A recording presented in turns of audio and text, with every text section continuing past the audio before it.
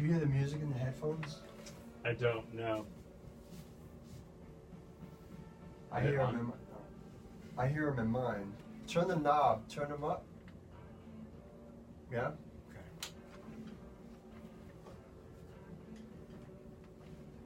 Alright, so the trick with the microphone is you want to be about an inch away. No more, no less, really. Alright? Mm-hmm. Okay. Cool.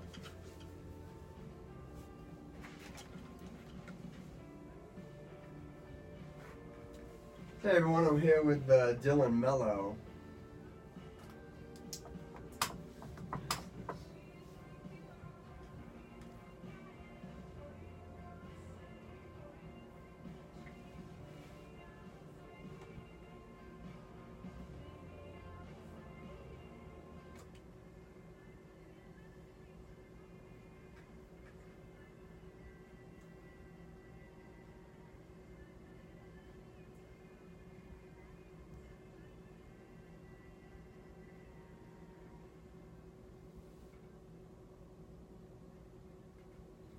Okay.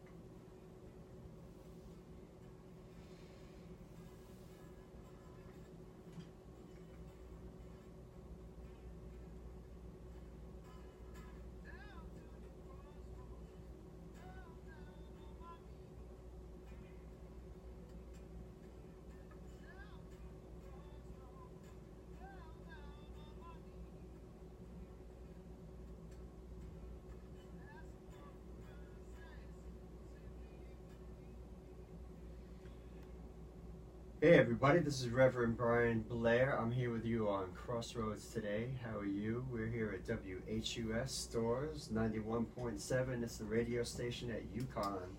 Go Huskies. Everyone, a few announcements before we get into our show today. First, you can find me on Twitter at Rev Blair, B-L-A-Y-R.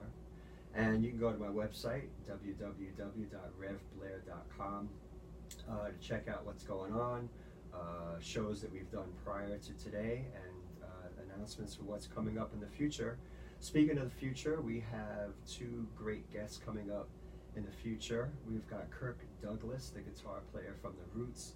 He will be not live on air, but a recorded show that he and I did a few weeks back. And then we will have our very own Dr. Glenn Matoma, who runs the Dodd Center here on campus at Yukon the following Monday. So join us for those great shows. And I'm glad you're joining us today for a great show. We've got a great guest, Dylan Mello. Hello, Dylan. Hi, Brian. How are you? Good, good.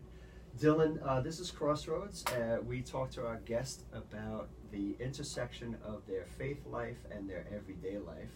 I'm glad you're here. Why don't we get started? Dylan, if you don't mind, can you tell us what you do with your everyday life? Yes, definitely. Thanks for having me, Brian. I appreciate this. So in my everyday life, I'm an athletic trainer, so I work in the field of sports medicine. I currently work at the high school over at E.O. Smith, just across campus from here, and I cover a lot of games and practices and take care of athletes over there. How do you enjoy it? It's great. It's I for a long time was at the University of Connecticut, and I've shifted over recently, and it's been a good adjustment. I've enjoyed my time. Well, we're here at UConn. Why don't you tell us a little bit about your experience while you were working at UConn? Yeah, great. I had a fantastic 6 years at UConn. I worked in the sports medicine department over in athletics, most recently with the baseball team, and I've also worked with hockey and tennis and lacrosse and field hockey. Did you have a favorite sport? They're all great in their own ways. That is the right answer. Right? By the way, you work a lot with athletes. Are you yourself interested in sports? Do you have a favorite one you play? I do enjoy baseball. I like playing catch. That's kind of my go-to. The older I get, the less I do sports. I get you. Very good. So what would your title be? Are you an athletic trainer? It's called an athletic trainer, right? There's a couple different other names, can be athletic therapist, but the actual name is athletic trainer. So let's say I'm playing sports and I do something to my elbow. I would go to my doctor, I guess, get that treated, and then my doctor would say, maybe go for some physical therapy. Now I'm back on the team. I want to make sure I can still play. I see a guy like you. You might see me first before you see the doctor, actually, depending on where you're at. It really depends on the situation and where everything happens. The athletic trainer is the first line of defense. It's more first aid responder meets physical therapist. So are you an equivalent to a paramedic? In some ways, yes. In some ways, no. So you it's can't a very. do It's a. I can't do. I can do some things, but I can't do all things. So I'm out there and I'm wrestling, yeah. and I rip my shoulder out of the socket, and you come over, yeah. and my coach is like, "What's wrong?" And you help out. I help out, but you can't give me an IV. In the state of Florida, I can, but not in Connecticut. Okay, to know. So I'll make sure I only get hurt in Florida. Exactly. All right, good to know. All right, well, that's wonderful of you to share what you do for a living with us. Thanks very much. The other part of the show, of course, is that we want to know how one's faith life intersects with their everyday life. Can you describe for us what your faith life is? So, I am an Episcopalian by faith, by denomination. I currently am actually in the process of trying to become a priest. Wow. Yeah. It's a very long and fun and interesting journey. That was a great word. And so from there, it goes in a variety of directions. And my faith life has definitely developed over time, and it's still evolving. And you know, that's an interesting thing that I'm very glad that you mentioned. I think for some of us, we don't understand that faith is a development, and it's very important to remember that it is. Do you mind sharing with us your development as a person of faith? Right, definitely. So I grew up in the Roman Catholic Church and was in church most Sundays, every Sunday. I went to college. I continued on doing campus ministry and events in the community. And then in grad school, I just had some changes, and I found the Episcopal Church. But from a faith perspective, I used my faith was more of a crutch when I was earlier on in my career, and then as a place to find some solace and some peace, just when working long days and a new professional. And then from there, I went into grad school again, and then came to UConn, and I developed in more a sense of call and sense of duty. So when you felt like things were a little overwhelming early in your career, those are my words, what did you do faith-wise? Like, did you have any kind of a practice that helped you feel a little bit more centered? Right. So to give an example, I used to work at Villanova University my first year out of undergraduate, and it was a great experience, but it was very long days from sunrise to sunset. And so when I got a chance, there's a large chapel on campus, and I would usually sit in there and not have any premeditated thoughts or anything, and I would use that time to meditate or self-reflect or whatever came to me, and I would usually always feel rejuvenation, and it was just a fabulous experience. It's hard to really understand exactly how it happened. You know, that's interesting you mentioned the chapel. I think so often we forget how important sacred space is. We create sacred space. You could do it in your home. But of course, houses of worship and places like that, they really serve a valuable purpose. Of course, you could work out in your home too, but people prefer to go to the gym. So it's nice that you brought up the idea of sacred space and how sacred space was useful to you, getting you through a time in your life when you needed a way to get away from everything. Yeah. So you were at Villanova, then you went to UConn, you said? Then I went to the University of South Florida from there. Oh, and that's where you could do an IV for a wrestler. Yeah, exactly. That's where I got certified there. All right. Yeah, and then from there I developed a little bit more. I was a bit, stronger in my career, but also stronger in my faith life, I think, as well. So I began, I think, the seeds of doing more and exploring more, I think is a better way to put it. When you say explore, some people will read theology, or they might, for example, if you're Christian, go more deeply into reading scripture. What did you mean when you said you were doing more? I would do reading or community events. There's nothing, I tend to like things in group settings just to be around people. And I think that's one of the areas that I started to develop as more of a group setting for some of my activities in grad school. So you did not start off being an Episcopalian. You had to come to it through some sense of reasoning, maybe being prayerful about what the decision would be. Not everybody, I think, has the courage to even wonder about a different faith practice. I know it's a different, and for some, it's only a slightly different branch of Christianity, but it is still stepping out of one and into another. What was that process like for you? It was hard. It was something that I had known growing up, or only known, growing up in a Roman Catholic church, and by having some sense of, I wonder what else is out there, and just to explore that. And it took I did a lot of reading, I read a lot of books, I explored some other denominations just to see what was out there. And I mean, there's so many great aspects to a lot of denominations, but for some reason I was drawn into the Episcopal Church and hopped in one Sunday night in 2012, and that was it. Oh wow! Yeah. Well, that's not too long ago, is it? No. So it's still kind of new to you? Relatively new. These days, as one who practices your faith by being an Episcopalian, what is it that you enjoy about it so much that would make you want to be a priest?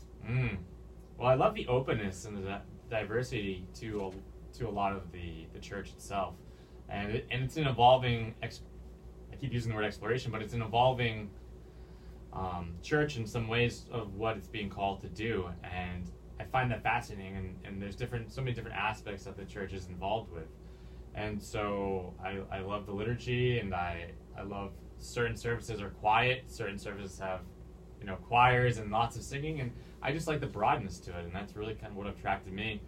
Priest-wise, I think I had an itch when I was younger, and I didn't know exactly what it was. Were you an altar boy? I was never an altar boy, no. I was on the fringe. Were I was you very jealous of them? Did you beat them up after church? I want to be an altar boy. I was very scared and timid. I was like, I'm not going to get involved in any of that church stuff. I'm just going to show up on Sunday.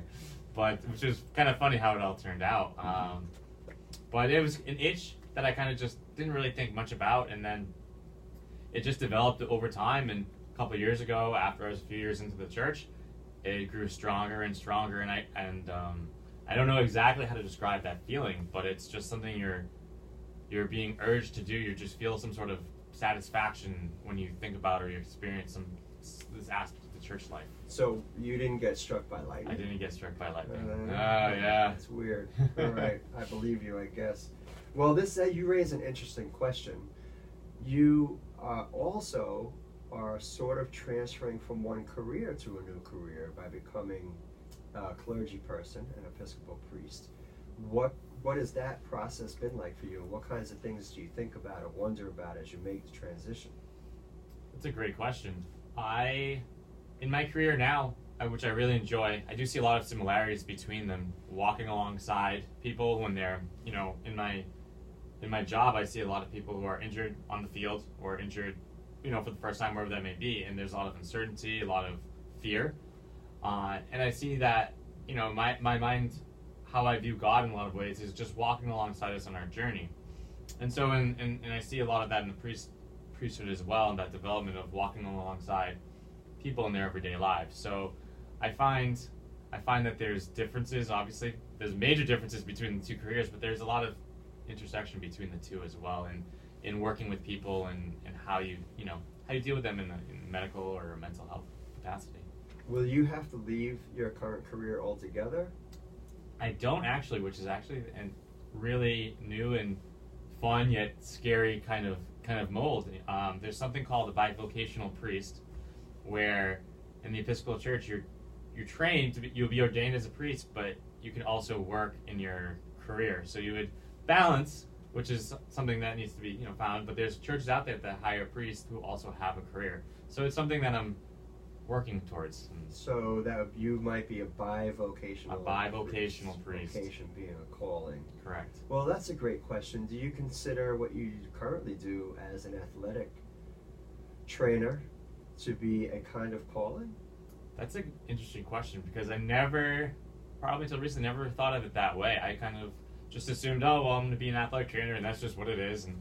But over time, I've really found a niche in that. I enjoy it. I love working with the people. I love the uncertainty that I face every day, because I could face something life-threatening or just a mundane practice and I go home. And to that, the more I have developed in that career, I feel drawn to that. So to have the ability to do both athletic training and a priesthood, I find that awesome.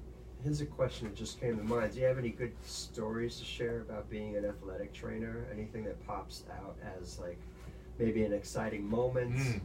I like emergency situations. It's just I kind of shut my brain off and just do. So there's been times I've had to spine board athletes that we've suspected either spinal cord injuries or neck injuries. One of my favorites was a baseball player went to dive and he caught his elbow on the ground and his elbow dislocated and it was completely out of the joint, and I was able to relocate it immediately. Really? Yeah, it was pretty awesome. You popped somebody's elbow? I did. I'm shivering just thinking about it. But at the time, I didn't really think much of it. It was just gonna do it. So yeah. Good for you. Did you follow up with that athlete to see about the recovery? Oh, yes. I worked with him from that point on. There was a need for surgery and continued care, and so I was the person that provided the care back to the field for him. So I did his rehab and everything else. What I can't resist asking. Yeah. What in the world is it like to pop an arm back? Well, that was my first one, actually. So yeah. So it was you just feel it. You do a certain motion and it just kind of sucks back right up. You feel like actual suction going back into the bone, going into the joint. Yeah. All right. We were talking earlier and talking about like interesting stories. Mm-hmm. Your only career has not been working at UConn, and currently I understand you're at E.O. Smith here in town, right? Correct, I'm in town. You were working someplace else. I did dabble into Disney for a little while. Dabbling into Disney. Yes. What did you dabble with Disney? So I did athletic training and sports medicine work at Disney, but it was in a different type of setting instead of the traditional college or high school field. I worked at Indiana Jones and the set there. I worked at the Beauty and the Beast dancing stage, and I worked with some food and beverage people in the parks. Wait a second. What do you can't get hurt surfing? You find it's fascinating. Yeah, but people overuse. They bend over backwards, and so their posture plays a big role into how they operate, and if they can't hurt, they can't work, and then it's causing more problems. So we're there for prevention and for fixing. So yeah. Well, any interesting stories about working with Beauty and the Beast or Indiana Jones? Well, my athletic training room was actually in the tunnels underneath Disney. I'm not sure if I'm allowed to talk too much about Disney's underground. You're not allowed to tell us about but that. My office was underneath the castle at Magic Kingdom, which was, I don't think many people probably could say that. You were in the Magic Kingdom castle. I was in the Magic Kingdom castle. That's where you went to work. Mm-hmm. And in the secret chambers, no less. In the secret chambers. Ooh, yes. I don't know if that's creepy or fun. Yeah? Both. So what was that like? It was very interesting. It was a completely different population than I'd ever worked with before, and there was a lot of diversity within that, types of relationships and type of people you come across. types of their own backgrounds. And so it was very eye-opening to me, and I think it made me more open in a lot of ways to, not just in a professional role, but on a personal level, to getting to know people who are completely different than me. I mean, there's there's gay and straight and black and white, and it all molds together into